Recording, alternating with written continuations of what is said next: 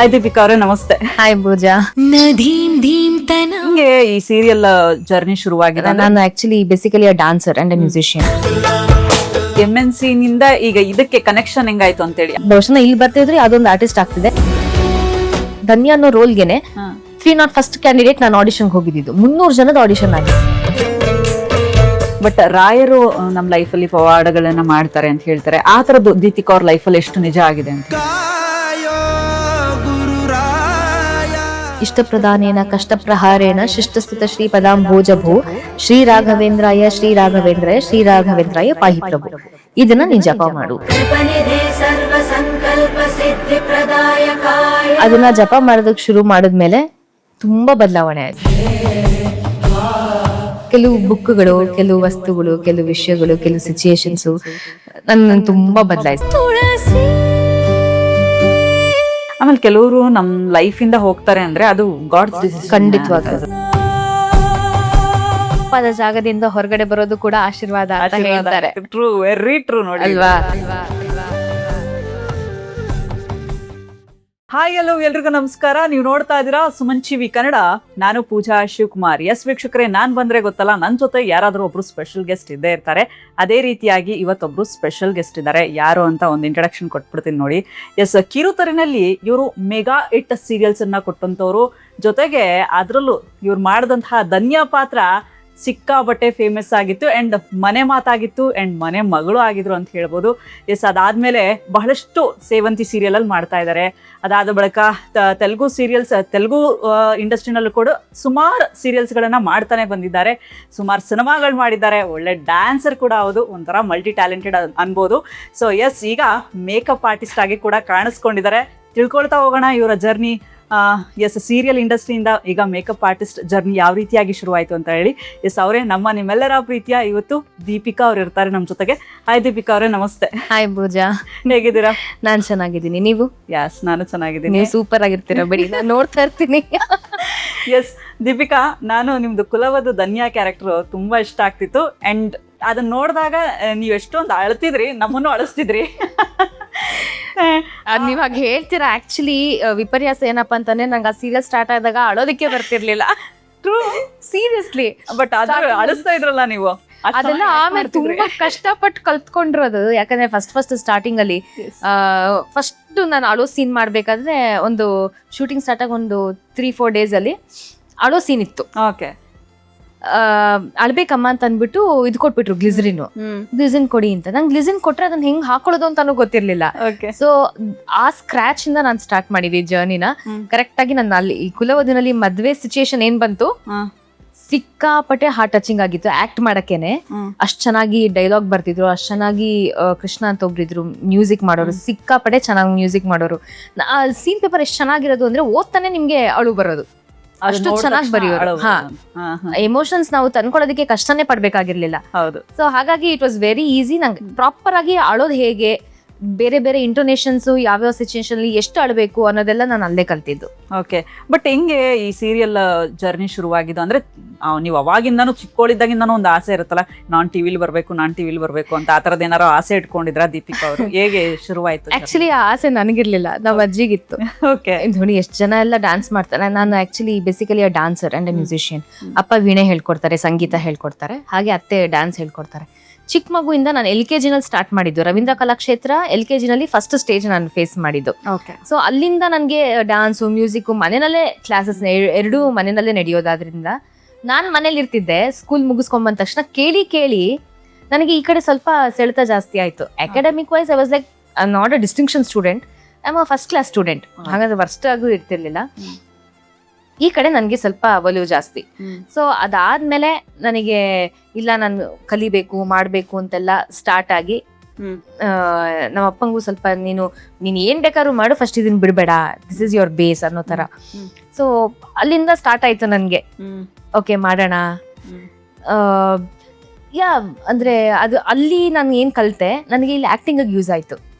First ನಾನು classical dancer ಆಗಿದ್ರಿಂದ ಸ್ವಲ್ಪ ಕ್ಲಾಸಿಕಲ್ ಮೂಮೆಂಟ್ಸ್ ಆಕ್ಟಿಂಗ್ ಅಲ್ಲಿ ಮಿಕ್ಸ್ ಆಗ್ತಿತ್ತು. ಬಟ್ ಅದಾದ್ಮೇಲೆ ನಾನು ಕನ್ನಡಿ ಮುಂದೆ ನಿಂತ್ಕೊಂಡು ಕ್ಲಾಸಿಕಲ್ಲೇ ಬೇರೆ ಇದೇ ಬೇರೆ ಅಂತ ತಿಳ್ಕೊಂಡು ಹೇಗೆ ಪ್ರಾಕ್ಟೀಸ್ ಮಾಡೋದನ್ನ ಕನ್ನಡಿ ಮುಂದೆ ನಿಂತ್ಕೊಂಡು ಪ್ರಾಕ್ಟೀಸ್ ಮಾಡಿ ಅದನ್ನೆಲ್ಲ ಸ್ವಲ್ಪ ಕಡಿಮೆ ಮಾಡ್ಕೊಂಡು ಆಮೇಲೆ ಐ ಗಾಟ್ ಟು ನೋ ಯಾವ್ದಕ್ಕೆ ಎಷ್ಟು ಕೊಡ್ಬೇಕು ಎಕ್ಸ್ಪ್ರೆಷನ್ಸು ಅಂತೆಲ್ಲ. ಓಕೆ, ಬಟ್ ಇದಕ್ಕೂ ಮುಂಚೆ ನೀವು MNC ನಲ್ಲಿ ಕೆಲಸ ಮಾಡ್ತಿದ್ರಿ ಅಂತ ಹೇಳ್ತಿದ್ರಿ. MNC ನಿಂದ ಈಗ ಇದಕ್ಕೆ ಕನೆಕ್ಷನ್ ಹೆಂಗಾಯ್ತು ಅಂತೇಳಿ, ಅಂದ್ರೆ ಕೆಲವ್ರು ಹೇಳ್ತಾರೆ ಅಪ್ಪ ಸೀರಿಯಲ್ ಅಲ್ಲಿ ಅವಕಾಶಗಳಿದ್ರೆ ಓಕೆ, MNC ಆದ್ರೆ ಒಂದ್ ಕರೆಕ್ಟ್ ಆಗಿರುತ್ತೆ ಒಂದ್ ಜಾಬ್ ಅನ್ನೋ ತರ. ಆ ತರದ ಏನಾದ್ರು ಯೋಚನೆಗಳು ಬಂದಿತ್ತಾ? ಖಂಡಿತವಾಗ್ಲೂ ಇಲ್ಲ. ಯಾಕಂದ್ರೆ ನನಗೆ ಕಂಪ್ಯೂಟರ್ ಮುಂದೆ ಕೂತ್ಕೊಂಡು ಕೆಲಸ ಮಾಡೋದಕ್ಕೆ ಇಷ್ಟನೇ ಇರ್ಲಿಲ್ಲ. ನಾ ಹೇಳಿದ್ನಲ್ಲ, ಎಲ್ಲ ನಾನು ಈ ತರ ಬೆಳೆದ್ ಬಂದಿದ್ರಿಂದ ನಾನು ಏನಾದ್ರೂ ಬಹುಶಃ ನಾನು ಆರ್ಟಿಸ್ಟ್ ಆಗದೆ ಹೋಗಿದ್ರು ಬೇರೆ ಎಲ್ಲಾದ್ರೂ ಒಂದು ಆರ್ಟಿಸ್ಟ್ ಆಗ್ತಿದ್ದೆ, ಅಟ್ಲೀಸ್ಟ್ ವೀಣಾ ಆರ್ಟಿಸ್ಟ್. ನಾನು ಇವಾಗ್ಲೂ ವೀಣಾ ನುಡಿಸ್ತೀನಿ, ಅಪ್ಪ ಹೇಳ್ಕೊಡ್ತಾರೆ, ಡಾನ್ಸ್ ಮಾಡ್ತೀನಿ ಅಂಡ್ ಪೋರ್ಟ್ರೇಟ್ಸ್ ಡ್ರಾ ಮಾಡ್ತೀನಿ, ಪೆನ್ಸಿಲ್ ಸ್ಕೆಚಿಂಗ್ ಎಲ್ಲ ನಾನೇ ಮಾಡ್ತೀನಿ, ಡ್ರಾಯಿಂಗ್ಸು ಎಲ್ಲ. ಸೊ ನನ್ಗೆ ಆರ್ಟ್ ಅಂದ್ರೆ ಅಷ್ಟಿಷ್ಟ. ಬಹುಶಃ ನಾ ಇಲ್ಲಿ ಬರ್ತಿದ್ರೆ ಅದೊಂದು ಆರ್ಟಿಸ್ಟ್ ಆಗ್ತಿದೆ, ಬಟ್ ಇಲ್ಲಿ ಬಂದಿದ್ದು ನನ್ನ ಫಾರ್ಚೂನ್ ಅಂತ ಹೇಳ್ಬೋದು. ನಾನೇ ಎಲ್ಲೂ ಅಪ್ಲೈ ಮಾಡಿಲ್ಲ. ನನ್ನ ಫ್ರೆಂಡ್ ಒಬ್ಳು ನನ್ಗೆ ಗೊತ್ತಿಲ್ದಿರೋ ಹಾಗೆ ನನ್ನ ಫೋಟೋಸ್ ಕಳಿಸಿ ಪ್ರೊಡಕ್ಷನ್ ಹೌಸ್ಗೆ, ಅಂಡ್ ದಟ್ ವಾಸ್ ಸೆಲೆಕ್ಟೆಡ್. ಅಲ್ಲಿಂದ ನನಗೆ ಫೋನ್ ಬಂತು, ಈ ತರ ಮಾಡ್ತೀರಾ ಅಂತ. ನನಗೆ ಫಸ್ಟ್ ನಾನೆಲ್ಲಿ ಸೀರಿಯಲ್ ಎಲ್ಲಿ ಅನ್ನೋ ತರ ಭಾವನೆ, ನಾನೆಲ್ಲಿ ಸೀರಿಯಲ್ ಎಲ್ಲಿ, ಅಯ್ಯೋ ಸೀರಿಯಲ್ ಎಲ್ಲ ಮಾಡೋರೆಲ್ಲ ಎಷ್ಟು ಆಕ್ಟಿಂಗ್ ಕಲ್ತಿರ್ಬೇಕು. ನನಗೆ I am a stage artist, ನನಗೆ ಕ್ಯಾಮ್ರಾ ಬಗ್ಗೆ ಝೀರೋ ಸೆನ್ಸ್. ಏನ್ ಮಾಡ್ತೀನೋ ಅಂತ ಅವ್ರು, ಇಲ್ಲ ಮೇಡಮ್ ನೀವು ಬನ್ನಿ, ಫಸ್ಟ್ ನೀವು ಆಡಿಷನ್ ಕೊಡಿ, ಆಮೇಲೆ ಬೇಕಾದ್ರೆ ನೋಡೋಣ ಮುಂದೆ ಅಂತ. ನಮ್ಮ ತಂದೆಯವರು ಪುಟ್ಟಣ್ಣ ಕಣಗಾಲ್ ಡೈರೆಕ್ಷನ್ ಅಲ್ಲಿ ರಂಗನಾಯಕಿ ಅನ್ನೋ ಸಿನಿಮಾದಲ್ಲಿ ನಮ್ಮ ಅಪ್ಪ ನಮ್ಮ ಅತ್ತೆ ಇಬ್ರು ಮಾಡಿದ್ರು. So they new how is the shooting ಅಂತ. ಸಿಕ್ಕಾಪಡೆ ಟೈಮ್ ಕನ್ಸ್ಯೂಮಿಂಗು, ಆಮೇಲೆ ಏನ್ ಗೊತ್ತಾ, ಸಿಕ್ಕಾಪಡೆ ಡೆಡಿಕೇಶನ್ ಬೇಕು, ಏನೋ ಶೋಕಿಗೋಸ್ಕರ ಮಾಡೋದಲ್ಲ ಆಕ್ಟಿಂಗು, ನಿನಗೆ ಗೊತ್ತಿಲ್ಲ ಅಂತ. ಅಪ್ಪ ಒಂದ್ಸಲ ಹೋಗಿ ಟ್ರೈ ಮಾಡಕ್ಕೇನು ಅಂತ ನಾನು. ನಮ್ಮ ಅಜ್ಜಿಗೆ ನನ್ ಆಸೆ ಇತ್ತು ಅಂತ ಹೇಳಿಲ್ಲ ಆಕ್ಟ್ ಮಾಡೋದು. ತುಂಬಾ ಎಲ್ಲರೂ ಡ್ಯಾನ್ಸ್ ಮಾಡ್ತಾರೆ, ನೀವು ಡ್ಯಾನ್ಸ್ ಮಾಡ್ತೀರಾ, ಯಾಕೆ ಟಿವಿಗೆ ಹೋಗಲ್ಲ ಅಂತ. ನನಗೆ ಆಕ್ಚುಲಿ ಅವರು ಸತ್ತು 1 ವರ್ಷದ ಒಳಗೆ ನನಗೆ ಆಫರ್ ಬಂದಿದ್ದು. ಸೊ ನಾನೇನ್ ನಂಬ್ತೀನಿ, ಅದು ಅವ್ರ ಆಶೀರ್ವಾದ ಅಂತಾನೆ ನಂಬ್ತೀನಿ. ಆಮೇಲೆ ನಾನು ಆಡಿಷನ್ ಸಹ ನಮ್ಮ ಲಕ್ಷ್ಮೀ ಬಾರಮ್ಮ ಸೆಟ್ ಅಲ್ಲಿ ಫಸ್ಟ್ ಕೊಟ್ಟಿದ್ದು ನಾನು, ಮಿಲನ ಪ್ರಕಾಶ್ ಅವ್ರ ಪ್ರೊಡಕ್ಷನ್ಸ್ ಅಲ್ಲಿ. ನಾನು ಅವ್ರ ಸೆಟ್ಗೆ ಹೋಗ್ಬೇಕಾದ್ರೆ ಅಲ್ಲಿ ದಾರಿನಲ್ಲೇ ಇದ್ದಿದ್ ಒಂದು ಹಾಸ್ಪಿಟಲ್ಗೆ ಅಡ್ಮಿಟ್ ಆಗಿ ಅವ್ರ ಹೋಗಿದ್ದಲ್ಲೇ, ನಾನು ಅದೇ ರೂಟ್ ಮೇಲೆ ಹೋದೆ. ಸೊ ನನಗೆ ಅದಿನ್ನ ಕನೆಕ್ಟ್ ಆಯ್ತು. ಅದಾದ್ಮೇಲೆ ಅಲ್ಲಿ ಹೋದ ತಕ್ಷಣ I was in my braces treatment, clip ಹಾಕ್ಸಿದ್ದೆ ಹಲ್ಲಿಗೆ. Even then I was selected. Clip ಹಾಕ್ಸೋದು ನನಗೆ ಅದೇ ನಾನು ಅವ್ರ ಆಶೀರ್ವಾದ, ದೇವ್ರ ಆಶೀರ್ವಾದ ಅಷ್ಟೇ. ಯಾಕಂದ್ರೆ ಯಾರ ಊಟ ಎಲ್ಲಿರುತ್ತೋ ಅಲ್ಲಿ ಕರ್ಕೊಂಡ್ ಬರುತ್ತಂತೆ. ಸೊ ಅಲ್ಲೆಲ್ಲ ನಾನು ಅಡ್ಮಿನಿಸ್ಟ್ರೇಟರ್ ಆಗಿ ವರ್ಕ್ ಮಾಡಿದ್ದೆ, ಆಯ್ತಾ. ಆಮೇಲೆ HR ರಿಕ್ರೂಟರ್ ಆಗಿ ವರ್ಕ್ ಮಾಡಿದೀನಿ, ಆಮೇಲೆ MCing ಮಾಡಿದೀನಿ, ಪ್ರಾಡಕ್ಟ್ ಪ್ರಮೋಷನ್ಸ್ ಮಾಡಿದೀನಿ, ಎಲ್ಲ ಮಾಡಿ ಫೈನಲಿ ನಾನು ಇಲ್ಲಿಗೆ ಬರ್ಬೇಕಿತ್ತು. I was very happy. Actually ನನಗೆ ವರ್ಕ್ ಪ್ಲೇಸ್ ಅಲ್ಲಿ ತುಂಬಾ ಒಂಥರ ಕಿರಿಕಿರಿ ಆಗ್ತಾ ಇತ್ತು. ನನ್ಗೆ ವರ್ಕ್ ಬಿಡ್ಬೇಕು, ಆ ಜಾಬ್ ಬಿಡ್ಬೇಕು ಅಂತ ಬಿಟ್ರೆ ಏನ್ ಮಾಡೋದು ಅಂತ. ನಮ್ಮನೆ ದುಡಿಲೇಬೇಕು ಅನ್ನೋದೊಂದು ಇದಲ್ಲ. ನನಗೆ ಓದಿದ್ಮೇಲೆ ಮನೇಲಿ ಕುತ್ಕೊಂಡು ಐಡಲ್ ಆಗಿ ಏನ್ ಮಾಡೋದು, ಇದನ್ ಬಿಟ್ಬಿಟ್ರೆ ಏನ್ ಮಾಡ್ಲಿ, ಮನೇಲಿ ಬೋರ್ ಹೊಡಿಯುತ್ತೆ. I am not that kind of a girl. ಮನೇಲಿ ಕುತ್ಕೊಂಡು ಸುಮ್ನೆ ಇರೋಳಂತೂ ಅಲ್ವೇ ಅಲ್ಲ, ಆಯ್ತಾ. ಇನ್ ಮನೇಲಂತೂ ಆಗೋ ಕೆಲಸ ಇರ್ತಿತ್ತು, ವೀಣೆ ಇರ್ತಿತ್ತು, ಡ್ಯಾನ್ಸ್ ಇರ್ತಿತ್ತು, ಅದ್ ಮಾಡೋದು ನಂದು ರೆಗ್ಯುಲರ್ ಡ್ಯೂಟಿ. ಸರಿ ಏನ್ ಮಾಡೋಣ ಅಂತ ಯೋಚನೆ ಮಾಡ್ತಿದ್ದಾಗ ನನಗಿದು ಆಫರ್ ಬಂತು, ಕಾಲ್ ಬಂತು. I was very excited since I was very much interested in all this art kind of work. ನೋಡೋಣ ಟ್ರೈ ಮಾಡೋಣ, ನಮ್ಮ ಅಪ್ಪನ ಕರ್ಕೊಂಡು ಹೋದೆ, ಸೆಲೆಕ್ಟ್ ಆಯ್ತು. ನಾನು ನಮ್ಮ ಮ್ಯಾನೇಜರ್ಗೆ ಅದು ಸೆಲೆಕ್ಟ್ ಆಗೋದ್ಮೇಲೆ ಕೆಲಸ ಬಿಟ್ಮೇಲೆ ಅದು 1 ತಿಂಗಳು 2 ತಿಂಗಳು ಸ್ಟಾರ್ಟ್ ಆಗ್ಲೇ ಇಲ್ಲ. Because it need some time to start. ಯಾಕಂದ್ರೆ ಆ ಪ್ರೊಸೆಸ್ ನನಗೆ ಗೊತ್ತಿಲ್ಲ. ಎಪಿಸೋಡ್ ಶೂಟ್ ಆಗೋದಿರ್ಲಿ, ಅದು ಶೂಟಿಂಗ್ ಸ್ಟಾರ್ಟ್ ಆಗಕ್ಕೆನೆ ಕೆಲವು ಬೇಕು, ಬೇರೆ ಬೇರೆ ಆರ್ಟಿಸ್ಟ್ ಗಳು ಸೆಲೆಕ್ಟ್ ಆಗ್ಬೇಕು. ಆತರ I was the 301st candidate for that particular role. Dhanya ಅನ್ನೋ ರೋಲ್ಗೆನೆ 301st ಕ್ಯಾಂಡಿಡೇಟ್ ನಾನು ಆಡಿಷನ್ಗೆ ಹೋಗಿದ್ದು. 300 ಜನದ ಆಡಿಷನ್ ಆಗಿತ್ತು. ಸರಿ ಅಲ್ಲಿ ಹೋದೆ, ಸೆಲೆಕ್ಟ್ ಆಯ್ತು, ಎಲ್ಲ ಆಯ್ತು. 2 ತಿಂಗಳು ಶೂಟಿಂಗ್ ಸ್ಟಾರ್ಟ್ ಆಗಿದೆ. ನಾನು ಪ್ರತಿನಿತ್ಯ ಮ್ಯಾನೇಜರ್ಗೆ ಕಾಲ್, ಸರ್ ಕೆಲಸ ಬಿಡಿಸ್ಬಿಟ್ರಿ ಸರ್, ಇನ್ನೂ ಸ್ಟಾರ್ಟ್ ಆಗಿಲ್ಲ ಸರ್, ಕೆಲಸ ಬಿಡಿಸ್ಬಿಟ್ರಿ, ಈಗ ಏನ್ ಮಾಡ್ಲಿ, ಇರಮ್ಮ ಸ್ಟಾರ್ಟ್ ಆಗತ್ತೆ ಅಂತ. 1 ದಿವಸ ಶೂಟಿಂಗ್ ಸ್ಟಾರ್ಟ್ ಆದ್ಮೇಲೆ ಅವ್ರು ಬಂದು ಕೇಳಿದ್ರು, ಸಮಾಧಾನ ಆಯ್ತಾ ಇವಾಗ ಅಂತ. ಇವಾಗ ಸಮಾಧಾನ ಆಯ್ತು ಅಂತ. But starting they paid me well. ಅಲ್ಲಿಂದ ನಂದು ಸ್ಟಾರ್ಟ್ ಆಯ್ತು. ಹೇಗ್ ಮಾಡ್ತೀನೋ, ಜನ ಹೇಗೆ ಎಕ್ಸೆಪ್ಟ್ ಮಾಡ್ತಾರೋ ನಾನು ಅದು ಸಿಕ್ಕಾಪಟ್ಟೆ ಇತ್ತು ನನಗೆ. ಬಿಕಾಸ್ ನಾನು ಆಕ್ಟಿಂಗ್ ನಾನು ಯಾವತ್ತೂ ಮಾಡಿಲ್ಲ. ಹೌದು, ಡ್ಯಾನ್ಸ್ ಅಲ್ಲಿ ಸಿಕ್ಕಾಪಟ್ಟೆ ಹೆಸರು ಮಾಡಿದ್ದೆ. ಚಿಕ್ಕ ಮಗುವಿನ ಒಂದು 500 to 800 ಶೋಸ್ ಮಾಡಿದ್ದೆ ಆಲ್ರೆಡಿ. ಫೈನಲಿ ಲಕ್ಕಿಲಿ ಜನಗಳನ್ನ ಎಕ್ಸೆಪ್ಟ್ ಮಾಡಿದ್ರು, ಅದು ತುಂಬಾ ಮುಖ್ಯ ಆಯ್ತು. ದೆನ್ ಅಲ್ಲಿಂದ ನನಗೆ ಬೆಳೆಯೋದಿಕ್ಕೆ ಹೆಲ್ಪ್ ಆಯ್ತು. With all their support and love ನಾನು ಇವತ್ತಿಲ್ಲಿದ್ದೀನಿ. ಹೌದು, ನಿಜ. ಅಂಡ್ ತುಂಬಾ ಏನಾದ್ರು ಕಷ್ಟಪಟ್ಟಿದ್ದೇನಾ ಅಂದ್ರೆ, ಈಗ ತುಂಬಾ ಜನ ಹೇಳ್ತಾರೆ ಈ ಒಂದು ಸ್ಟ್ರಗಲ್ಸ್ ಇರುತ್ತೆ, ನಾವು ಇಂಡಸ್ಟ್ರಿಗೆ ಬರ್ಬೇಕಂದ್ರೆ ನಾನು ತುಂಬಾ ಕಷ್ಟಪಟ್ಟಿದ್ದೀನಿ, ಆ ಥರದ್ದು ಏನಾದ್ರು ಸ್ಟ್ರಗಲ್ಸ್ ಇತ್ತು. ಅಂಡ್ ಹೆಂಗೆ ಅಪ್ಪ ಅಮ್ಮ ಏನಾದ್ರು ದುಡಿಬೇಕು ಅನ್ನೋಂಥದ್ದು ಜವಾಬ್ದಾರಿ ಏನಾದ್ರು ಇತ್ತ ದೀಪಿಕಾ ಅವರಲ್ಲಿ, ಹೆಂಗೆ ಅಂತ ಹೇಳಿ? ಅದೇ ನಮ್ಮ ಮನೆಯಲ್ಲಿ ದುಡಿಬೇಕು ಅನ್ನೋದೇನಿಲ್ಲ. ಯಾಕಂದ್ರೆ ಅಪ್ಪ ಇವತ್ತು ಅಪ್ಪಂದು ಕ್ಲಾಸ್ ಇದೆ, ಮ್ಯೂಸಿಕ್ ಕ್ಲಾಸ್ ಇದೆ, ಅತ್ತೆದು ಡಾನ್ಸ್ ಕ್ಲಾಸ್ ಇದೆ. ದೇವೇ ಲೈಕ್ ನೀನ್ ಕೆಲಸ ಮಾಡಿಲ್ಲ ಅಂತ ಅಂದ್ರುನು ಕೆಲಸ ಮಾಡಬೇಕು ಅನ್ನೋ ಅವಶ್ಯಕತೆಗಲ್ಲ, ನೀನು ಜೀವನ ಮುಂದೆ ಹೇಗೆ ನಡೆಸಬೇಕು ಅನ್ನೋ ಜ್ಞಾನ ಬರಬೇಕು, ಅದಕ್ಕೋಸ್ಕರ ನೀನು ಕೆಲಸ ಮಾಡು.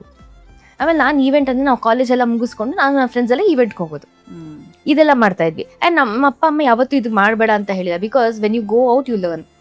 ಯಾಕಂದರೆ ಪ್ರಪಂಚ ಅಂತ ಕಲಿಸೋ ಪಾಠನ ಮನೇಲಿ ಕೂತ್ಕೊಂಡು ಯಾರೂ ಕಲ್ಸೋಕ್ಕಾಗಲ್ಲ. ಯು ಗೋ, ನಿಂಗೆ ಗೊತ್ತಾಗತ್ತೆ ಒಂದು ದುಡಿಯೋದಕ್ಕೆ ಎಷ್ಟು ಕಷ್ಟ ಇರುತ್ತೆ ಅಂತ. ಆವಾಗ ನೀನೇ ಮೈಂಡ್ಫುಲ್ ಆಗಿ ಅದನ್ನು ಸ್ಪೆಂಡ್ ಮಾಡ್ತೀಯ, ನಾನು ಹೇಳೋ ಅವಶ್ಯಕತೆ ಇರಲ್ಲ ಅಂತ. ಪ್ರತಿನಿತ್ಯ ಒಂದು ಕಷ್ಟ ತೋರಿಸಿನೇ ಬೆಳೆಸಿದ್ದಾರೆ ನಮ್ಮಪ್ಪ. ಬಸ್ಸಲ್ಲೇ ಓಡಾಡ್ತಿದ್ದೆ, ನಮ್ಮಪ್ಪ ಪಿಕ್ ಮಾಡ್ಕೊಂಡ್ ಬರ್ಬೋದಾಗಿತ್ತು, ಇಲ್ಲೇ ಮೋದಿ ಹಾಸ್ಪಿಟಲ್ ಹತ್ರನೇ ನಾನು ಓದಿದ್ದು. Rajajinagar to Modi hospital it's hardly 5-10 minutes ಅಷ್ಟೇ. ಬಟ್ ಬಸ್ಸಲ್ಲೇ ಹೋಗು, ಬಸ್ಸಲ್ಲೇ ಬಾ. ಸೊ ಯಾ, ಅಂದರೆ ಕಷ್ಟ ನೋಡ್ಕೊಂಡೇ ಬೆಳೆದಿದ್ರಿಂದ it was like oh wow ಅನ್ನೋ ಥರ ಅಲ್ಲ.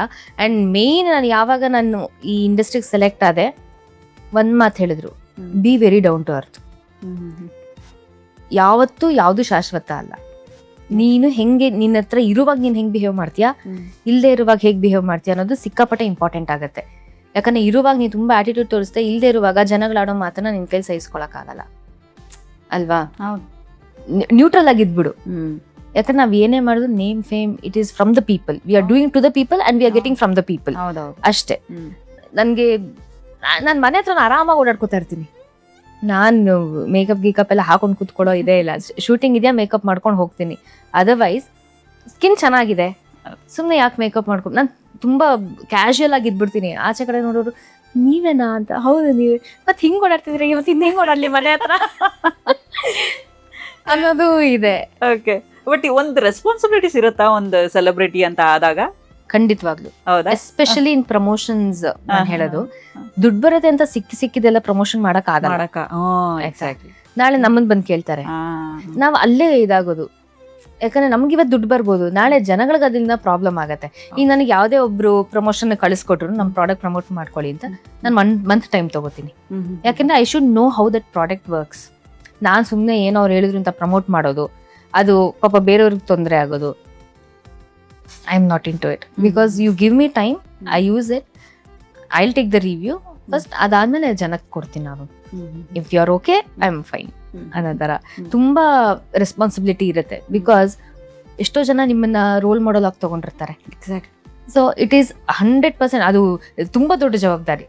ನಾವ್ ಏನೇ ಮಾತಾಡಿದ್ರು ನಿಮಗೆ ಗೊತ್ತು, it is very important to speak very mindfully ಇಂದ.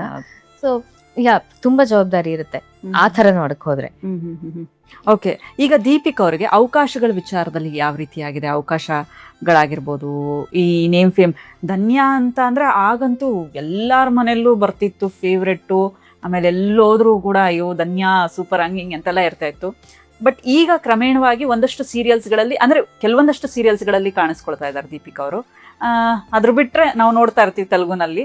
ಸೊ ಹೆಂಗೆ ಅವಕಾಶಗಳಲ್ಲಿ ಹೆಂಗೆ? ಈಗ ನಾನು ಮಾಡಿರೋದು ಕನ್ನಡದಲ್ಲಿ ಕುಲವಧು, ಹೌದು, ಆರ್ತಿಗೊಬ್ಬ ಕೀರ್ತಿಗೊಬ್ಬ ಅಂತ, ಸುವರ್ಣದಲ್ಲಿ. ಅದಾದ್ಮೇಲೆ ಸೇವಂತಿ ಅಂತ ಉದಯನ ನಡೀತಿದೆ. ಈಗ ಸದ್ಯಕ್ಕೆ ರಾಘವೇಂದ್ರ ಮಹಾತ್ಮೆನಲ್ಲಿ ಬ್ರಹ್ಮನ್ ಹೆಂಡತಿ ಸರಸ್ವತಿ ಕಾಣಿಸ್ಕೊತಾ ಇದ್ದೀನಿ. ನಾನ್ ಮಾಡಿರೋದು 4-5 ಸೀರಿಯಲ್ ಆದ್ರೂ ಎಲ್ಲ 1000+ ಎಪಿಸೋಡ್ಸ್ಗಳು ನಡೀತಾ ಇದೆ.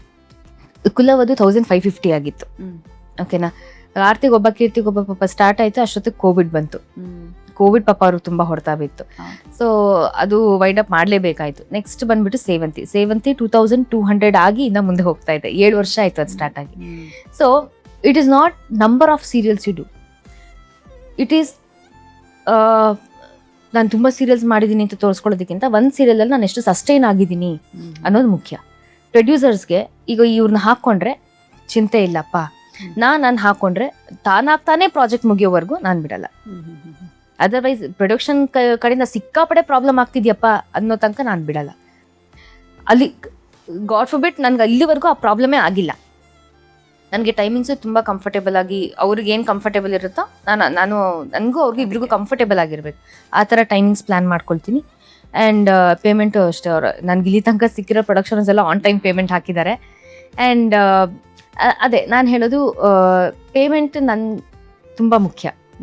ಓಕೆನಾ. ಸೊ 1 ಮಂತ್ ನನಗೆ ಪೇಮೆಂಟ್ ಕ್ಲಿಯರ್ ಆಗಿಲ್ಲ ಅಂತಂದರೆ ನೆಕ್ಸ್ಟ್ ಮಂತ್ ಡೇಟ್ಸ್ ಕೊಡೋಕ್ಕಿಂತ ಮುಂಚೆ ನನಗೆ ಪೇಮೆಂಟ್ ಕ್ಲಿಯರ್ ಆಗಬೇಕು. ಅದರ್ವೈಸ್ ನಾನು ಡೇಟ್ಸ್ ಕೊಡಲ್ಲ.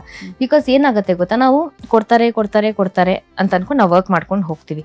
ಅವ್ರಿಗೆ 1000 ಕಷ್ಟಗಳಿರ್ಬೋದು, ಖಂಡಿತವಾಗ್ಲೂ ಇಲ್ಲ ಅಂತ ಹೇಳಲ್ಲ. ಈಗ ನಮಗೂ ಕಷ್ಟಗಳಿದೆ ಅಲ್ವಾ, ಈಗ ಯಾರು ಕೇಳ್ತಾರೆ ಅದನ್ನು? ಸೊ ಅದು ಅಲ್ಲಿ ತನಕ ತೊಗೊಂಡು ಹೋಗಿ ನಾವು ಕಷ್ಟ ತಂದ್ಕೊಳ್ಳೋದಕ್ಕಿಂತ ನಾವು 1 ಮಂತ್ ಇವಾಗ ನನಗೆ ಡಿಲೇ ಆಯಿತು, ನಾವು ಇಲ್ಲೇ ಕಂಟ್ರೋಲ್ ಮಾಡ್ಕೊಂಡ್ರೆ ಅಷ್ಟು ಪ್ರಾಬ್ಲಮ್ ಆಗಲ್ಲ ಅನ್ನೋದು ನನ್ನ ಭಾವನೆ. ನನಗೆ 1 ಮಂತ್ ಲೇಟ್ ಆಯಿತು, ಸರ್ ಇದು ಕ್ಲಿಯರ್ ಮಾಡಿಬಿಡಿ, ನಾನು ನೆಕ್ಸ್ಟ್ ಡೇಟ್ಸ್ ಕೊಡ್ತೀನಿ ಅಷ್ಟೇ. ಬಿಕಾಸ್ ಹೆಂಗೆ ಗೊತ್ತಾ, ಕಾನ್ಫ್ಲಿಕ್ಟ್ ಇರಲ್ಲ. ನಾನು ಅಲ್ಲಿ ತನಕ ಹೋಗಿ ಜಗಳ ಮಾಡಿಸ್ಕೊಂಡು ನೀವು ಮುಖ ಕೆಡಿಸ್ಕೊಂಡು ಅವ್ರ ಜೊತೆನೂ ಇದು ಮಾಡಿ ಬೇರೆ ಅವಶ್ಯಕತೆ ಇಲ್ಲ. ಆ್ಯಂಡ್ ಇಂಡಸ್ಟ್ರಿನಲ್ಲಿ ನಾವು ಹೇಗೆ ಹ್ಯಾಂಡಲ್ ಮಾಡ್ತೀವಿ ಅನ್ನೋದು ಸಿಕ್ಕಾಪಟ್ಟೆ ಮುಖ್ಯ ಆಗತ್ತೆ. ಕಾನ್ಫ್ಲಿಕ್ಟ್ ಮಾಡ್ಕೊಳ್ಳೋದು ದೊಡ್ಡ ವಿಷಯ ಅಲ್ಲ, ಅದ್ರ ನೆಕ್ಸ್ಟ್ ಪರಿಣಾಮಗಳು ತುಂಬ ಮುಖ್ಯ. ಇಂಡಸ್ಟ್ರಿಲಿ ವಿಷಯಗಳು ಹಿಂಗೆ ಹರಡತ್ತೆ. ಸೊ ಇಟ್ ಈಸ್ ವೆರಿ ಏನು ತುಂಬ ಇಂಪಾರ್ಟೆಂಟ್. ಅದು ನಾವು ಹೆಂಗೆ ಅದನ್ನು ಹ್ಯಾಂಡಲ್ ಮಾಡ್ತೀವಿ ಅನ್ನೋದು ತುಂಬ ಮುಖ್ಯ ಆಗುತ್ತೆ. ಬಟ್ ಲಕ್ಕಿಲಿ ದೇವರ ಆಶೀರ್ವಾದದಿಂದ ಇಲ್ಲಿವರೆಗೂ ನಾನು ಕೆಲಸ ಮಾಡಿರೋ ಪ್ರೊಡಕ್ಷನ್ಸ್, ನಮ್ಮ ಮಿಲನ ಪ್ರಕಾಶ್ ಅವ್ರದ್ದು ಜೈ ಮಾತಾ ಕಂಬೈನ್ಸ್ ಆಗಿರ್ಬೋದು, ಅಥವಾ ಈಗ ನಾನು ಪ್ರೆಸೆಂಟ್ಲಿ ವರ್ಕ್ ಮಾಡ್ತಾ ಇರೋ ಗುಣವತಿ ಪ್ರೊಡಕ್ಷನ್ಸ್ ಆಗಿರ್ಬೋದು. ಫಾರ್ ತೆಲುಗು ಅಂತ ಹೇಳಿದ್ರಿ, ತೆಲುಗುನಲ್ಲಿ 4 ವರ್ಷ ಕೆಲಸ ಮಾಡಿದ್ದೆ. ಅಲ್ಲೂ ಸಹ 2 ಪ್ರೊಡಕ್ಷನ್ಸ್ ಕೂಡ ಇಟ್ ವಾಸ್ ವೆರಿ ನೈಸ್ ಆಯಿತಾ. ಆ್ಯಂಡ್ ತುಂಬ ಸ್ಮೂತ್ ಗೋಯಿಂಗ್ ಆಗಿತ್ತು. ಇಲ್ಲಿವರೆಗೂ ನನಗೆ ಅಂಥ ಪ್ರಾಬ್ಲಮ್ ಆಗಿಲ್ಲ, ಅಂಥ ಪ್ರೊಡಕ್ಷನ್ ಹೌಸು ನನಗೆ ಸಿಕ್ಕಿಲ್ಲ. And things are going well. ಇಲ್ಲಿ ತನಕ ನನ್ನ ಕೆಲಸ ಕೂತಿಲ್ಲ, 12 ವರ್ಷ ಆಯಿತು ಕೆಲಸ ಇಲ್ಲ ಅಂತ ನಾನು ಯಾವತ್ತೂ ಮನೇಲಿ ಕೂತಿಲ್ಲ. And producers have been giving very good projects, very good. ನಾನು ಆ್ಯಕ್ಚುಲಿ ಮಾಡೋದೇ ಲೀಡ್, ಸೈಡ್ ಮಾಡೋಕ್ಕೆ ಹೋಗಲ್ಲ. ಸೊ ಲೀಡ್ ಮಾಡೋದ್ರಿಂದ ಒಳ್ಳೊಳ್ಳೆ ಪಾತ್ರಗಳನ್ನ ಕೊಟ್ಟಿದ್ದಾರೆ. And I am capable of carrying it in a very good way. So ಹಾಗಾಗಿ things are going very smoothly. Okay. ಇನ್ನು ನೀವು ಹೇಳ್ತಾ ಇದ್ರಿ ಪ್ರೊಡಕ್ಷನ್ ಹೌಸ್ ಅಂತ, ನಾವಂತರೂ ಇತ್ತೀಚೆಗೆ ಎಷ್ಟೊಂದು ಅದನ್ನು ಸುದ್ದಿಗಳನ್ನು ಮಾಡಿರ್ತೀವಿ ಬಿಡಿ. ಈ ಸೀರಿಯಲ್ ಇಂಡಸ್ಟ್ರಿ ಅಂತ ಬಂದಾಗ ಇರೋಂಥ ಚಾಲೆಂಜಸ್ ಏನೇನು ಚಾಲೆಂಜಸ್ ಫೇಸ್ ಮಾಡಬೇಕಾಗತ್ತೆ ದೀಪಿಕಾ ಅವ್ರು? ಯಾಕಂದರೆ ಕೆಲವೊಂದ್ಸಲ ನಾವು ಹೆಂಗಾಗ್ಬಿಟ್ಟಿರುತ್ತೆ ಅಂದರೆ, ಒಬ್ರು ನೀಟಾಗಿ ಪಾತ್ರಗಳು ಮಾಡ್ತಿರ್ತಾರೆ, ಆಮೇಲೆ ಅದನ್ನು ಅಕ್ಸೆಪ್ಟ್ ಮಾಡ್ಬಿಟ್ಟಿರ್ತಾರೆ ಜನ ಕೂಡ, ಬಟ್ ಸಡನ್ ಆಗಿ ರಿಪ್ಲೇಸ್ ಆಗತ್ತೆ. ಆಮೇಲೆ ಈ ಪೇಮೆಂಟ್ ವಿಚಾರದಲ್ಲೂ ಎಷ್ಟೊಂದು ಸಮಸ್ಯೆಗಳಾಗತ್ತೆ ಅಂತ ಹೇಳ್ತಾರೆ. ಆಮೇಲೆ ಕೆಲವ್ರು ಹೇಳ್ತಾರೆ, ಈ ನಯನ ನಾಗರಾಜ್ ಅವರು ಕೂಡ ಒಂದು ಸ್ಟೇಟ್ಮೆಂಟ್ ಅನ್ನ ಕೊಟ್ಟರು, ನಮ್ಮನ್ನ ತುಂಬಾ ಇದ್ರಲ್ಲಿ ನಡೆಸ್ಕೊಂಡ್ರು, ಏನಮ್ಮ ತಂದಿಲ್ವಾ ಅಂತ ಒಂದಷ್ಟು ವಿಚಾರಗಳನ್ನ ಹೇಳ್ತಾ ಹೋದ್ರು. ಸೊ ಹೆಂಗಿರುತ್ತೆ ಇದ್ರ ಬಗ್ಗೆ ನೀವೇನು ಹೇಳ್ತೀರಾ? ಅಂದರೆ ಈ ಥರದ್ದು ಪ್ರಾಬ್ಲಮ್ ಬರೀ ಇಂಡಸ್ಟ್ರಿಲಿ ಅಂತ ನನಗನ್ಸಲ್ಲ. ಸಿನ್ಸ್ ನಾನು ಕಾರ್ಪೊರೇಟಲ್ಲಿ ವರ್ಕ್ ಮಾಡಿರೋದ್ರಿಂದ ನಾನು ಕಾರ್ಪೊರೇಟ್ ಬಿಡಬೇಕು ಅಂತ ಅಂದ್ಕೊಂಡಿದ್ದು ಸಹ ಇದೆ ಕಾರಣಕ್ಕೆ. ಆ್ಯಂಡ್ ನನಗೆ ಸ್ವಲ್ಪ ಕೋಪ ಜಾಸ್ತಿ ಆವಾಗ. ಈಗ ನಾನೇನು ಅರ್ಥ ಮಾಡ್ಕೊಂಡಿದ್ದೀನಿ, ಕೋಪ ಮಾಡ್ಕೊಂಡ್ರೆ ಏನು ಸಾಧಿಸೋಕ್ಕಾಗಲ್ಲ, ನಾವು ಕೆಟ್ಟೋರಾಗ್ತೀವಿ ಅಷ್ಟೆ. ಸೊ ಕೋಪ ಮಾಡ್ಕೊಳ್ದೆ ಇನ್ನು ಇವಾಗ ಹೆಂಗೆ ಮಾತು ಬಲ್ಲವನಿಗೆ ಜಗಳವಿಲ್ಲ ಅಂತ ಹೇಳ್ತಾರಲ್ಲ, ಸಿಚುಯೇಷನ್ನ ಹೇಗೆ ಹ್ಯಾಂಡಲ್ ಮಾಡಬೇಕು ಅಂತ ಗೊತ್ತಿದ್ರೆ ನಿಮ್ಗೆ ಅಷ್ಟು ಪ್ರಾಬ್ಲಮ್ ಆಗಲ್ಲ ಅಂತ ನಾನು ಹೇಳ್ತೀನಿ. ಇವಾಗ ಆಸ್ ಐ ಸೆಡ್, ಈ ಇಂಡಸ್ಟ್ರಿ ಅಂದರೆ ಒಂದು ಸಸ್ಟೈನಿಟಿ ಬರಬೇಕು ಅಂತಂದರೆ ನಾವು ಹೋಮ್ವರ್ಕ್ ಮಾಡ್ತಾನೇ ಇರಬೇಕು. ಸೀರಿಯಲ್ ಆಗಿರ್ಬೋದು, ಸಿನಿಮಾ ಆಗಿರ್ಬೋದು, ಯಾವುದೇ ಆಗಿರ್ಬೋದು. ಈಗ ನನ್ನ ಪ್ರಾಜೆಕ್ಟಲ್ಲಿ ನಾನು ಅಪ್ರೋಚಿವ್ ಆಗಿರಬೇಕು ಅಂತಂದರೆ ನಾನು ಯಾವ್ಯಾವ ಥರ ನನ್ನ ಸ್ಕಿಲ್ಸ್ನ ಇಂಪ್ರೂವ್ ಮಾಡ್ಕೋಬೇಕು ಅನ್ನೋದ್ರ ಕಡೆ ನಮ್ಮ ಗಮನ ಇರಲೇಬೇಕು. It is just like lawyers ಥರ ಹೊಸ ಏನೇನು ಅಮೆಂಡ್ಮೆಂಟ್ಸ್ ಬಂದರು, ಏನೇನು ರೂಲ್ ಪಾಸ್ ಮಾಡಿದ್ರು ಅವರು ದೇ ಶುಡ್ ಬಿ ಅಪ್ಡೇಟೆಡ್ ಅಲ್ವಾ, ಅದೇ ಥರ. ಸೊ ನಾನು ಬರೀ ಸಾಫ್ಟ್ ರೋಲ್ಸ್ ಅಲ್ಲ, ನಂಗೆ ಬಜಾರಿ ರೋಲ್ ಕೊಟ್ಟರು ಮಾಡ್ತೀನಿ, ನನಗೆ ಎಮೋಷ್ನಲ್ ಕೊಟ್ಟರು ಮಾಡ್ತೀನಿ, ನನಗೆ ಹ್ಯಾಪಿ ರೋಲ್ ಕೊಟ್ಟರು ಮಾಡ್ತೀನಿ, ರೊಮ್ಯಾಂಟಿಕ್ ಅಂತೂ ಮಾಡ್ತೀನಿ, ಸೂಪರಾಗಿ ಮಾಡ್ತೀನಿ ಎಲ್ಲಾನು ಆಯಿತಾ. ನನಗೆ ಆಗದಿರೋದೇನು ಗೊತ್ತಾ, ಬೋಲ್ಡ್ ಕ್ಯಾರೆಕ್ಟರ್ಸ್. ನನಗೆ ಎಷ್ಟೋ ಜನ ಕೇಳಿದಾರೆ, ನೀವು ಬೋಲ್ಡ್ ಸೀರಿಯಲ್ ಅಷ್ಟು ಕಷ್ಟ ಆಗಲ್ಲ ಮೇಡಮ್, ನಿಮಗೆ ತುಂಬ ರೆಸ್ಪೆಕ್ಟ್ಫುಲಿ ನಿಮಗೆ ಕಾಸ್ಟ್ಯೂಮ್ಸ್ ಇರುತ್ತೆ. ಆಮೇಲೆ ನಮ್ಮ ಸ್ಥಾನ ನಾವು ಹೇಗೆ ಉಳಿಸ್ಕೋತೀವಿ ಅನ್ನೋದು ನಮ್ಮ ಬಿಹೇವಿಯರ್ ಮೇಲೆ ಡಿಪೆಂಡ್ ಆಗಿರುತ್ತೆ. ನಾನು ಅದೇ ಹೇಳಿದ್ದು, ನಮ್ಮ ಕೋ ಆರ್ಟಿಸ್ಟ ನಾವು ಹೇಗೆ ನಡೆಸ್ಕೋತೀವಿ ಆಯಿತಾ, ಆ್ಯಂಡ್ ನಮ್ಮ ಪ್ರೊಡಕ್ಷನ್ ಜೊತೆ ಅಥವಾ ಟೀಮ್ ಜೊತೆ ನಾವು ಹೇಗೆ ರಿಲೇಷನ್ಶಿಪ್ ಬಿಲ್ಡ್ ಮಾಡ್ಕೋತೀವಿ ಅನ್ನೋದು ತುಂಬ ಮುಖ್ಯ ಆಗುತ್ತೆ. ಫಸ್ಟು ತುಂಬ ಲೀನಿಯನ್ಸ್ ಕೊಟ್ಬಿಡೋದು, ಆಮೇಲೆ ತುಂಬ ಟೈಟ್ ಆಗಿಬಿಡೋದು, ಇಲ್ಲ ಫುಲ್ಲು ಲೀನಿಯನ್ಸ್ ಕೊಟ್ಬಿಡೋದು, ಯಾರೇನು ಬೇಕಾದ್ರೆ ಅಂದ್ಕೊಳ್ಳಿ ಬಿಡು. ಪೀಪಲ್ ಶುಡ್ ನೋ ಅವ್ರ ಲಿಮಿಟೇಷನ್ಸ್ ಎಷ್ಟಿರಬೇಕು ಇವ್ರ ಜೊತೆ. ನಾನು ಇಷ್ಟು ಮಾತಾಡಿದ್ರೆ ಇವ್ರಿಗೆ ಓಕೆ, ನನ್ನ ಲೈನ್ ನಾನು ಕ್ರಾಸ್ ಮಾಡಿದ್ರೆ ಇವ್ರು ಹೇಗೆ ರಿಯಾಕ್ಟ್ ಆಗ್ತಾರೆ ಅನ್ನೋದು ಗೊತ್ತಿರಬೇಕು. ನಾನು ಯಾವಾಗಲೂ ಅದನ್ನು ತೋರಿಸಿ ಅಂತ ಹೇಳೋದಲ್ಲ. Once in a while they should know their limits ಆಯಿತಾ. ಹೀರೋಯಿನ್ ಅಂದ ತಕ್ಷಣ ಕೆಲವರು ಲೀನಿಯನ್ಸ್ ತೊಗೊಳೋದಕ್ಕೆ ನೋಡ್ತಾರೆ ಆಯಿತಾ. So you should know how to tackle it. ನೀನು ಜಗಳ ಮಾಡು, ಅವ್ರಿಗೆ ಅಬ್ಯೂಸ್ ಮಾಡು ಅಂತ ನಾನು ಹೇಳ್ತಿಲ್ಲ. Say it in a very settled way. So they should know, okay ನಾನು ಎಷ್ಟು ತಮಾಷೆ ಮಾಡಿದ್ರು ಈ ಥರ ವಿಷಯಗಳಲ್ಲಿ ಯು ಕೆನಾಟ್ ಟಚ್ ಹರ್, ಅಥವಾ you cannot go and discuss such things with her ಆಯಿತಾ. ಸೊ ನಾನು ಫಸ್ಟ್ ಆಫ್ ಆಲ್ ನನ್ನ ಇದರಲ್ಲಿ ಹೋಗು ಬಾ ಅಂತ ಕರೆಯೋದಕ್ಕೆ ನಾನು ಯಾರಿಗೂ ಅವಕಾಶ ಮಾಡಿಕೊಡಲ್ಲ. ಬಿಕಾಸ್ ಏನು ಗೊತ್ತಾ, ನಾನು ಹೇಳ್ತಿರೋದು ಇಟ್ ಈಸ್ ನಾಟ್ ನೀನು ಹೋಗಿ ಬನ್ನಿ ಅಂತ ಕರಿಬೇಕು ಅನ್ನೋದಲ್ಲ ಆಯ್ತಾ. ಇವಾಗ ನನ್ನ ಕ್ವಾರ್ಟರ್ಸಲ್ಲಿ ನಾನು ಹೋಗು ಬಾ ಅಂತ ಹೋಗಿ ಬಾರೆ ಅಂತಾನೆ ಕರೆಯೋದು ಆಯ್ತಾ. ಇವಾಗ ಕೆಲವು ಡೈರೆಕ್ಟರ್ಸ್ ಇದ್ದಾರೆ, ನಾನು ಇಲ್ಲಿ ಅಂತಲ್ಲ, ಇಲ್ಲಿ ತೆಲುಗುನಲ್ಲೂ ಆಗಿರ್ಬೋದು, ಫಸ್ಟ್ ಡೇ ಹೋಗಿ ಬನ್ನಿ ಮೇಡಮ್ ಅಂತ ಕರಿತಿದ್ದರು, ಆಮೇಲೆ ಇಲ್ಲಿ ಬಾ ಇಲ್ಲಿ ನಿಂತ್ಕೋ ಅಂತ ಕರೆಕ್ಟ್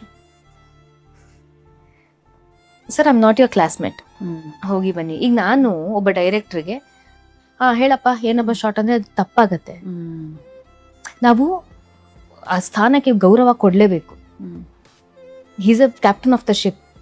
ಸೊ ನಾವು ಎಲ್ಲರೂ ನಾವು ಫಸ್ಟ್ ಏನು ಗೊತ್ತಾ ಮೇಡಮ್, ರೆಸ್ಪೆಕ್ಟ್ ಕೊಟ್ಟು ಮಾತಾಡಿಸ್ಬೇಕು ಆಯ್ತಾ. ಅವಾಗ ಮಿಕ್ಕಿದೆಲ್ಲ ತಂತಾನಾಗೆ ಚೆನ್ನಾಗಿರತ್ತೆ. ನಾವು ಯಾವಾಗ ತುಂಬ ಲೀನಿಯನ್ಸ್ ತಗೊಂಡು ಇದು ಮಾಡ್ತೀವಿ ಅವಾಗ ಎಲ್ಲಾದ್ರೂ ಒಂಚೂರು ಆಗುವಂಥ ಸಾಧ್ಯತೆಗಳಿರುತ್ತೆ. ಬಟ್ ಇಲ್ಲಿವರೆಗೂ ನನಗೆ ಸಿಕ್ಕಿರೋರೆಲ್ಲರೂ ಇವತ್ತಿಗೂ ನನ್ನ ಹೋಗಮ್ಮ ಬಾಮ್ಮ ಅಂತ ಮಾತಾಡ್ಸೋರು ಇದ್ದಾರೆ. Because everybody are so elder to me. ನನಗೆ ಫಸ್ಟ್ ಪ್ರಾಜೆಕ್ಟಿಂದ ನಾನು ಕೆಲಸ ಮಾಡ್ಕೊಂಡ್ ಬಂದಿರಲ್ಲ ಹೋಗಮ್ಮ ಬಾಮ್ಮ ಅಂತಾನೆ ಮಾತಾಡೋದು. I have no problem with it ಆಯ್ತಾ. ಕೆಲವರು ಬೇರೆ ಥರ ಮಾತಾಡೋದು ನಮ್ಗೆ ಗೊತ್ತಾಗುತ್ತೆ. So I am not comfortable with such things. ನಾನು ಅವ್ರಿಗೆ ಇದು ಹೇಳೋದು, sir I am not comfortable with such things, please ಒಂದ್ಸಲ ನೋಡ್ಕೊಳ್ಳಿ ಅಷ್ಟೇ ನಾನು ಹೇಳೋದು. And they'll rectify. ನಾನು ಜಗಳ ಆಡೋ ಅವಶ್ಯಕತೆ ಇಲ್ಲ. ನಿಮ್ಗೇನು ಕಂಫರ್ಟೇಬಲ್ ನೀವು ಅದನ್ನ ಹೇಳಿ, ನಿಮ್ಗೆ ಯಾವ್ದು ಕಂಫರ್ಟೇಬಲ್ ಇಲ್ಲ ನೀವು ಅದನ್ನು ಹೇಳಿ. ಬಟ್ ಆ ಥರ ಇಲ್ಲ ಅಂದ್ರೆ ಅವಕಾಶಗಳು ಕಡಿಮೆ ಆಗತ್ತೆ, ಯಾರೋ ಅವಕಾಶಗಳು ಕೊಡಲ್ಲ ಅಂತ ಮೇಡಮ್ ಈ ವಿಷಯದಲ್ಲಿ ನಾನು ಅಶೋಕ್ ಹೆಗಡೆ ಅವ್ರನ್ನ ನಾಪಿಸ್ಕೊಳ್ಳೇಬೇಕು. ಅವ್ರು ನನಗೆ ಹೇಳ್ಕೊಟ್ ಪಾಠ ಏನಂದ್ರೆ ಕೆಲ್ಸದಲ್ಲಿ ಕರೆಕ್ಟ್ ಆಗಿರು. ಒಂದು ಸೀನ್ ತಗೊಂಡ್ರೆ ನನಗೆ ಹೆಂಗೆ ಅವ್ರು ಟ್ರೈನ್ ಮಾಡ್ಕೊಟ್ಟಿದ್ದು ಅಂತಂದ್ರೆ ಒಂದು ಸೀನ್ ತಗೊಂಡ್ರೆ ಅಷ್ಟೂ ತಲೆಯಲ್ಲಿ ಇರಬೇಕು. ನೀನು ಸೀನ್ಗೆ ಆಕ್ಟ್ ಮಾಡಕ್ ಹೋಗ್ತೀಯ ಅನ್ನೋದಕ್ಕಿಂತ ಮುಂಚೆ. ಯಾಕೆ ಅಂತಂದ್ರೆ ಈಗ ಡೈರೆಕ್ಟರ್ ಯಾವುದೋ ಟೆನ್ಷನ್ ಅಲ್ಲಿ ಇರ್ತಾರೆ ಆಯ್ತಾ. ಏನಾದರೂ ಅವರು ಡಿರೆಕ್ಷನ್ ಮಾಡುವಾಗ ಅವ್ರಿಗೆ ಸ್ವಲ್ಪ ಆಚೆ ಈಚೆ ಕನ್ಫ್ಯೂಸ್ ಆಯ್ತು ಅಂದ್ರು ಸರ್ ಹಿಂಗಲ್ಲ ಹಿಂಗಿದೆ ಅಂತ ನಿಮ್ಗೂ ಗೊತ್ತಿರಬೇಕು ಸೀನು ಅಲ್ವಾ. That will be more helpful to him also. So ಒಂದು ಸೀನ್ ತಗೊಂಡ ತಕ್ಷಣ ನೀವು ಫುಲ್ಲು ಓದಿ, ನಿಮ್ದು ಓದಿ ಬೇರೆಯವ್ರದ್ದು ಓದಿ. ಈಗ ಬರೋ ಆರ್ಟಿಸ್ಟ್ಗಳು ಏನ್ ಮಾಡ್ತಾರೆ, ನಂದು ಮಾತ್ರ ಓದ್ಕೋತಾರೆ. ಈಗ ಡೈಲಾಗ್ಸ್ ನಿಮ್ದು ನಂದು ಇದೆ ಅಂತಂದ್ರೆ ನಾನು ನಂದು ಮಾತ್ರ ಓದ್ಕೊಳ್ತೀನಿ. ಈಗ ನಿಮ್ ಪಾರ್ಟು ಈಗ ನೀವೇನ್ ಆಕ್ಷನ್ ಮಾಡ್ತೀರಾ, ನೀವೇನ್ ರಿಯಾಕ್ಷನ್ ಕೊಡ್ತೀರಾ ನನಗೆ ಗೊತ್ತಿರ್ಬೇಕಲ್ವಾ. ನಿಜ ಅಲ್ವಾ. ಈಗ ಯಾರೋ ಒಬ್ರು ಹೊಡಿಯಕ್ ಬರ್ತೀವಿ, ನಂಗೆ ಹೊಡಿಯಕ್ ಬರ್ತೀರಾ ಅಂತ ನೆಕ್ಸ್ಟ್ ಬರ್ದಿದ್ರೆ ನನ್ಗೆ ಅದು ರಿಯಾಕ್ಟ್ ಮಾಡೋದಕ್ಕೆ ನಾನು ಹಿಂದಿಂದಾನೇ ನಾನು ಆ ಎಮೋಷನಲ್ ಕಂಟಿನ್ಯೂಟಿ ತಗೋಬೇಕು. ಹೌದು ಅಲ್ವಾ. ಸೊ ಹಾಗಾಗಿ ಲಕ್ಕಿಲಿ ನನ್ಗೆ ಸಿಕ್ಕಿರೋ ಡೈರೆಕ್ಟರ್ಸ್ ಎಲ್ಲ ನಿಜವಾಗ್ಲೂ ದೇವ್ರಂತವ್ರು ಆಯ್ತಾ. Not everybody are like that. ನಾನು ಹೇಳೋದು ಒಬ್ರು ಮಾಡೋ ತಪ್ಪು ಎಲ್ಲರೂ ಹಾಗೆ ಅನ್ನೋ ತರ ಬಂದ್ಬಿಡತ್ತೆ. ನಾನು ಹೇಳೋದು ಖಂಡಿತವಾಗ್ಲೂ ಇಂಡಸ್ಟ್ರಿ ಕೆಟ್ಟದಿಲ್ಲ. It is very good. ಎಷ್ಟೋ ಜನಕ್ಕೆ ಜೀವನ ಕೊಟ್ಟಿದೆ. ಆಮೇಲೆ ಎಜುಕೇಶನ್ ಇಷ್ಟೇ ಆಗಿರ್ಬೇಕು ಅನ್ನೋ ಇದಿಲ್ಲ ನಮ್ಮ ಇಂಡಸ್ಟ್ರಿನಲ್ಲಿ. ಕಲೆಗ್ ಬೆಲೆ ಇದೆ. ಸೊ ದಯವಿಟ್ಟು ಅದನ್ನ ಕರೆಕ್ಟ್ ಆಗಿ ಯೂಸ್ ಮಾಡ್ಕೊಳ್ಳಿ. ಈಗ ಬರೋರು ಅಷ್ಟೇ ಡೆಡಿಕೇಶನ್ ಎಲ್ಲ ಫಸ್ಟ್ ನಾನು ಹೀರೋಯಿನ್ ಅಂದ ತಕ್ಷಣ ನಾನು ಹಿಂಗ್ ಮಾಡ್ಬೋದು, ನಾನು ಹಂಗ್ ಇದ್ ಮಾಡ್ಬೋದು ಆ ಇಂಟೆನ್ಷನ್ ಅಲ್ಲಿ ಬರ್ತಾನೆ. ನೇಮ್ ಫೇಮ್ ಹೆಂಗ್ ಬರ್ಬೋದು, ಫಸ್ಟ್ ಕೆಲಸ ಮಾಡಿ, ಕೆಲಸ ಕಲೀರಿ. ಫಸ್ಟ್ ಒಂದು ಬೇಸ್ನ ನೀವು ಹಾಕೊಳ್ಳಿ, ಅದಾದ್ಮೇಲೆ ತಾನೇ ಅದೆಲ್ಲ. ಯಾಕಂದ್ರೆ ಇಲ್ಲಿಗೆ ಬಂದ್ಮೇಲೆ ಎಷ್ಟು ಕಲಿಯೋದಿರುತ್ತೆ ಗೊತ್ತಾ. ಎಷ್ಟು ಜನ ಪೇಷನ್ಸ್ ಇಂದ ಹೇಳ್ಕೊಡೋ ಡೈರೆಕ್ಟರ್ಸ್ ಇದಾರೆ ಗೊತ್ತಾ ನಿಜವಾಗ್ಲೂ ನಮ್ ಕನ್ನಡದಲ್ಲಿ.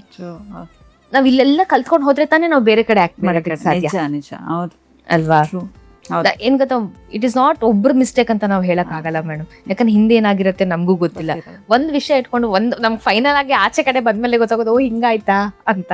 ಹಂಗಂದ್ರೆ ನಿಮಗೆ ಯಾವುದೇ ತರದ ಕಹಿ ಘಟನೆ ಖಂಡಿತವಾಗ್ಲೂ ಖಂಡಿತವಾಗ್ಲೂ ಆಗಿಲ್ಲ. ಬಿಕಾಸ್ ನಾನು ನೋಡ್ರೆ ಅವ್ರಿಗೆ ಹಂಗ ಅನ್ಸಲ್ವೋ ಕೇಳಕ್ಕೆ. But I don't know, starting ಇಂದಾನು ಮಿಲನ ಸರ್ ಪ್ರೊಡಕ್ಷನ್ ಇಂದ ಕೆಲಸ ಮಾಡ್ತಿದ್ದಾಗಿಂದಾನು ನನಗಂತ ಯಾವ ಕಹಿ ಘಟನೆನೂ ನನಗಾಗಿಲ್ಲ.